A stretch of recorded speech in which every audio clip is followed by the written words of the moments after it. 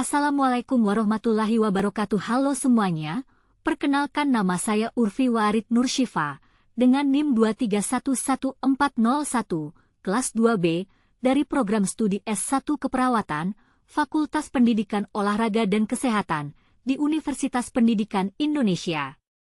Saya di sini akan menjelaskan tentang penyakit PPOK. Oke, kita lanjut. Apa itu PPOK? PPOK kepanjangan dari penyakit paru obstruktif kronis. Untuk pengertian PPOK atau penyakit paru obstruktif kronis adalah penyakit paru yang bersifat progresif dan kronis, ditandai dengan hambatan aliran udara yang tidak sepenuhnya reversibel. Penyakit ini mencakup bronkitis kronis dan emfisema, seringkali disebabkan oleh paparan jangka panjang. Selanjutnya, apa aja sih faktor penyebab PPOK atau penyakit paru obstruktif kronis? Faktor penyebab PPOK ada 6. Yang pertama, merokok. Penyebab utama PPOK, baik dari rokok aktif maupun paparan asap rokok pasif. Penyebab kedua, zat beracun dalam asap rokok merusak saluran udara dan kantung udara di paru-paru. Kedua, paparan polusi udara terutama bagi mereka yang sering terpapar asap kendaraan, pabrik, atau debu di lingkungan kerja. Ketiga, pajanan zat kimia dan debu di tempat kerja. Pekerjaan di industri tekstil, pertambangan, atau pertanian yang banyak mengandung debu, gas, dan bahan kimia beracun. Selanjutnya yang keempat, infeksi pernapasan berulang. Infeksi paru yang sering terjadi sejak kecil dapat meningkatkan risiko PPOK di usia dewasa. Kelima, faktor genetik. Defisiensi alfa-1 antitripsin. Kondisi langka yang menyebabkan paru-paru lebih rentan terhadap kerusakan, bahkan tanpa paparan rokok atau polusi. Dan yang terakhir, keenam, usia dan jenis kelamin. Risiko PPOK meningkat seiring bertambahnya usia, terutama di atas 40 tahun. Dan penyebab yang kedua, pria lebih sering terkena, tetapi wanita juga berisiko, terutama jika mereka merokok. Selanjutnya, penyakit PPOK ini memiliki gejala apa saja ya? Apa saja ya? Gejalanya ada 8. Yang pertama, sesak napas atau dyspnea. Awalnya hanya terjadi saat beraktivitas, tetapi bisa semakin parah hingga terasa bahkan saat istirahat. Yang kedua, batuk kronis. Batuk berkepanjangan yang tidak kunjung sembuh, seringkali disertai dahak, batuk berdahak.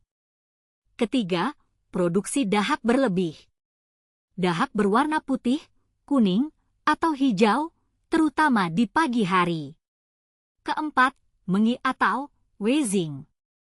Bunyi napas yang berbunyi, nik-nik, saat bernapas, terutama saat menghembuskan napas.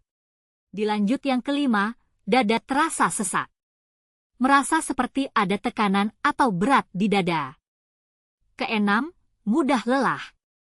Karena paru-paru tidak dapat memasok oksigen yang cukup ke tubuh, penderita PPOK sering merasa lemas dan cepat lelah. Ketujuh, infeksi pernapasan yang sering kambuh. Seperti bronkitis atau pneumonia yang sering berulang. Dan yang terakhir, ke-8, penurunan berat badan pada tahap lanjut. Karena tubuh bekerja lebih keras untuk bernapas, bisa menyebabkan kehilangan berat badan dan otot. Nah, kita lanjut nih ke pencegahan dan pengobatan untuk penyakit PPOK. Yang pertama, untuk pencegahannya. PPOK terlebih dahulu, karena PPOK adalah penyakit yang bersifat kronis dan progresif. Langkah terbaik adalah mencegahnya sejak dini dengan cara berikut. Yang pertama, berhenti merokok. Merokok adalah penyebab utama PPOK, jadi berhenti merokok bisa memperlambat atau mencegah perkembangannya. Yang kedua, hindari paparan polusi udara, kurangi paparan asap kendaraan, debu, dan bahan kimia dengan memakai masker jika bekerja di lingkungan berisiko. Yang ketiga, gunakan alat pelindung di tempat kerja. Jika bekerja di industri yang banyak mengandung debu atau zat kimia, gunakan masker atau alat pelindung pernapasan. Yang keempat, jaga kesehatan paru dengan pola hidup sehat, konsumsi makanan bergizi, olahraga teratur, dan minum banyak air untuk membantu membersihkan lendir di paru-paru. Dan yang terakhir kelima, vaksinasi. Vaksin flu dan pneumonia bisa membantu mencegah infeksi pernapasan yang dapat memperburuk PPOK. Dan yang terakhir untuk pengobatan. PPOK tidak bisa disembuhkan sepenuhnya, tetapi bisa dikontrol agar tidak semakin parah. Berikut beberapa metode pengobatan yang biasa digunakan. Yang pertama, obat-obatan. Memakai bronkodilator, misalnya salbutamol, ipratropium, untuk membantu membuka saluran udara. Memakai kortikosteroid inhalasi untuk mengurangi peradangan.